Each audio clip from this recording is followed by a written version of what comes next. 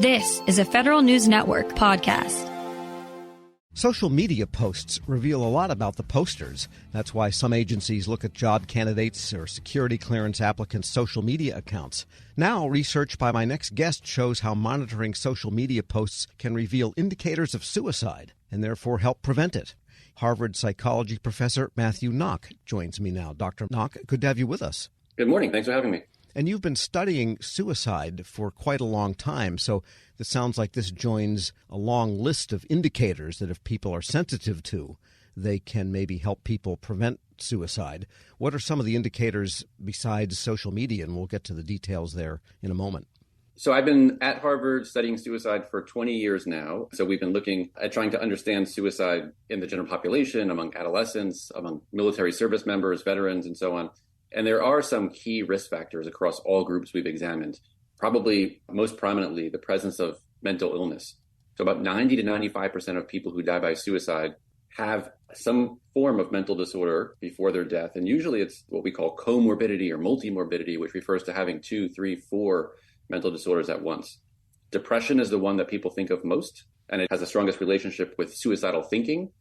But other disorders like alcohol use, substance use, aggressive behavior, what we call intermittent explosive disorder, are more predictive of suicidal behavior, so acting on those thoughts. And we think it's really the combination of those factors that put people at elevated risk. All right, so looking at social media postings then, that's kind of once removed from observation of the person themselves, and it might be that the people closest to the person don't even see those posts. Right. They can see the outbursts, they can see the alcohol consumption, they can hear direct statements, I'd like to kill myself or something along those lines. So tell us about the research in social media, and you used Army subjects here.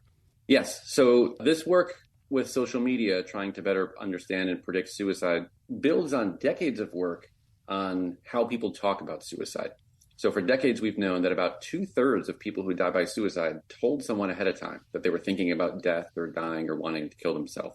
So we've long known that people often give us signals that they're thinking about suicide, that they're at risk. People don't really know how to respond. And research has also shown that about 80% of people who die by suicide denied suicidal thoughts or intentions in their last communication before dying, which makes it understandable that people wouldn't know what to do. When should we act on someone's talking about suicide and when shouldn't we?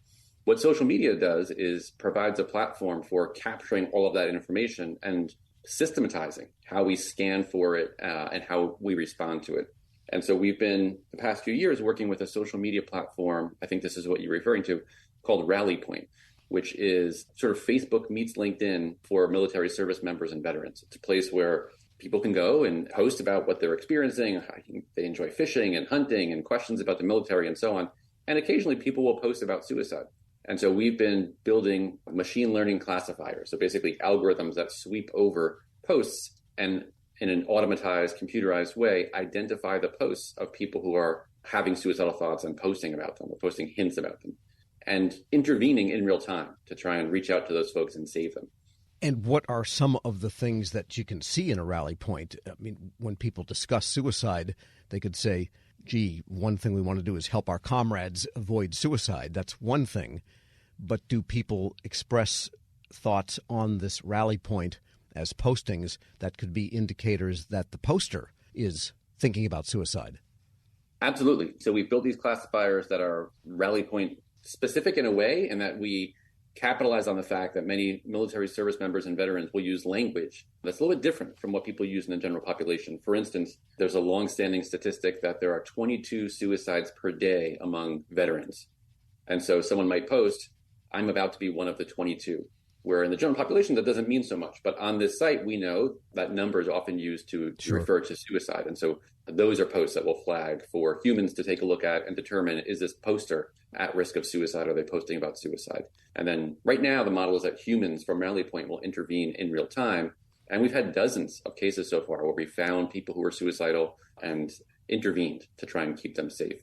And our next research steps are building automated interventions that suggest to other people that they reach out to the person at risk, or suggest to the person at risk that they take steps to try and keep themselves safe. So we can really scale this up and potentially share it with other platforms.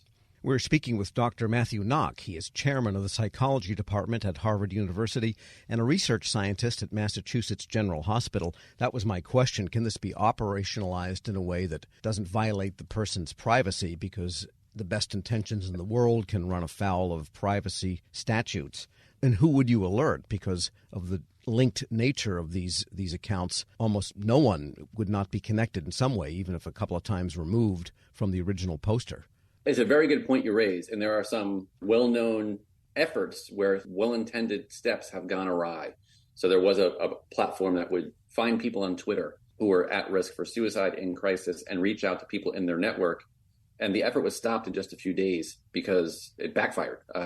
Someone would say, I'm being bullied, I'm going to kill myself. And the app would reach out to the bully and say, hey, this person's going to kill himself. And the bully might say, good, you should kill yourself. So it was well-intended in terms of finding people and trying to help them, but didn't work the way it was intended. So we're really mindful of the fact that we have to do research and we have to do experiments and we have to see, is this thing that we think helping people, is it actually helping? Or is it doing harm? And we want to make sure to prevent that.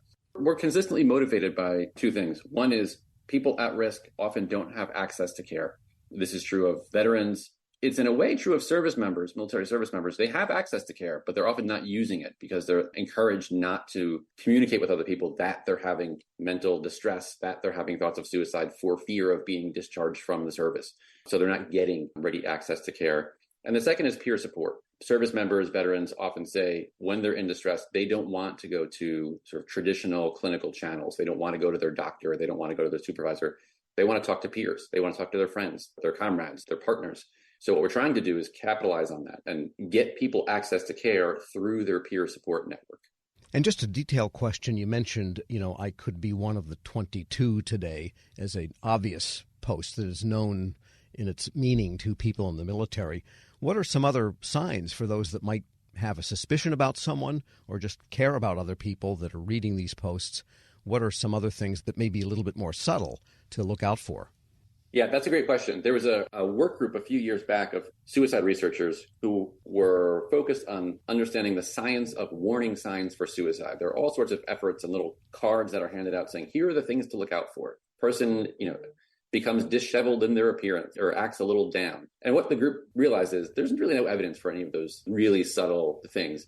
The big warning signs to look out for are people talking about not wanting to be around anymore, thinking about death, thinking about dying, or talking about suicide. So I would encourage people to look out for those things. And it's often difficult, having studied suicide for well over 20 years, it's difficult for me sometimes. So if I have a friend, coworker, patient who subtly mentions something about not wanting to be around anymore, it can be stressful to broach the subject and ask. But I would encourage people to ask, are things so bad that you're thinking about suicide? There's lots of evidence showing that asking people about suicide, talking about suicide, does not make people more suicidal. And that's a big concern. If I ask a question, maybe we'll put the idea in someone's head, and that's just not the case. So given my earlier statistic that 2/3 of people who die by suicide told someone about it, I would really encourage people, if someone around you subtly hints at or explicitly states that they're thinking about suicide, follow up and ask them about it. And I often try to sort of lead into it. Have you been feeling down? Have you been feeling depressed? Have things been so bad that you've thought about not wanting to be alive anymore, or that you thought about suicide? And if so, allow the person to share what they're experiencing, listen in an open, concerned way, and talk to them about the importance of getting help and offer to bring them to a local emergency department or a hotline or a local mental health professional for a thorough evaluation. It could save a life. And what you say about the language means it's really important to design those artificial intelligence algorithms correctly, because someone could say, yes, I don't want to be around, and they're referring to a circus that's making noise, down the street. Absolutely. The context is really the harder thing maybe to get at than the specific words.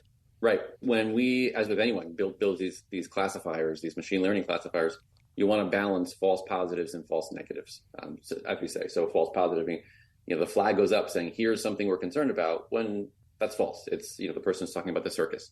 It's the same logic that is used in creating spam filters. Is this spam or is it not? And they work okay. And as you give the algorithm feedback, you look into your spam folder and you say, yep, spam, spam, spam, not spam.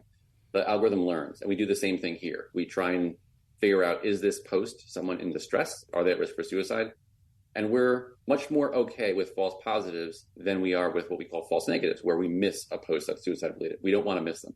So what we do is flag them and then have a human look through to catch the ones that are false positive and not respond, and only respond to the ones that look like they're real people in real distress.